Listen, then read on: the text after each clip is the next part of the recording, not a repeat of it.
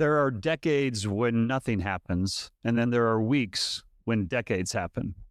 And if you want to understand the future, look to the past. These are two famous quotes, the first by Vladimir Lenin and the second by Albert Einstein. And I think the combination of these two perfectly sums up the conversation I'm going to have today with a good friend of mine. His name is Michael Every. And through his framework that he labels economic statecraft, or in more flowery terms, grand macro strategy, he has more accurately called where the world is headed, starting 10 years ago to where it is now, than anybody else I have seen. And I came across his work almost 10 years ago, maybe 7 or 8 years ago. And when I started reading it, I felt like he had opened up my brain and was saying all the things that I wanted to say, but he said it in much more sophisticated language than I was able to use when I was talking to people about where I thought the world was headed. And so the relationship with Michael has been fantastic because we've been able to kind of discuss a number of things which in many ways and for a very long time were outside the Overton window or the acceptable topics for discussion. And while what we initially started talking about these several years ago was very kind of counter to what many expected, much of it is now seems to be playing out in real time. And while Michael and I, communicate by a text message and email and DMs quite frequently, I haven't had the chance to speak to him in person for a while.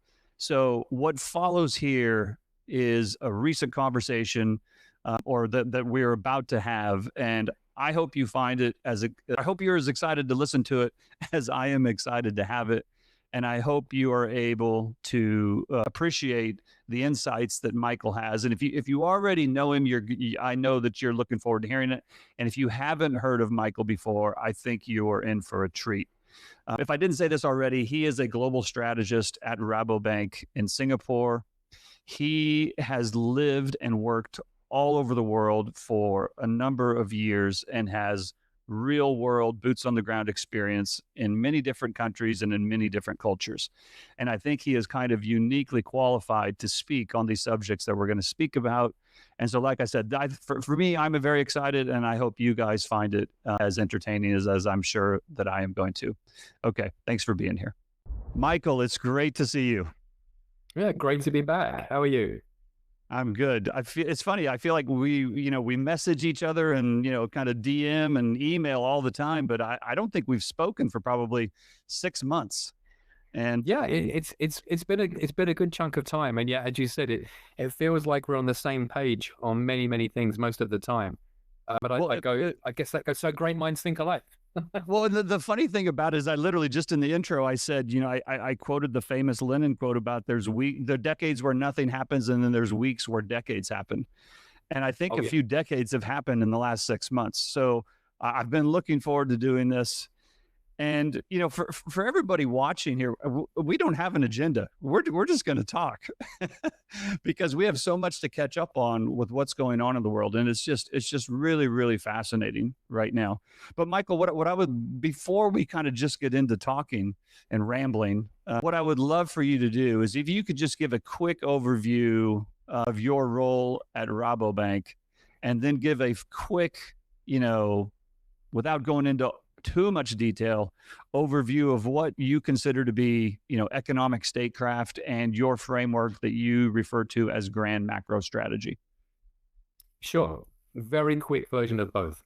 So I'm a global strategist within economics and markets for Rabobank, based in Singapore, although I'm all over the place most of the time. And that role is cross-asset, cross-geography, and cross-disciplinary.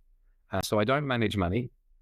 I've done lots of different iterations of kind of macro and strategy roles over the past nearly 3 decades now.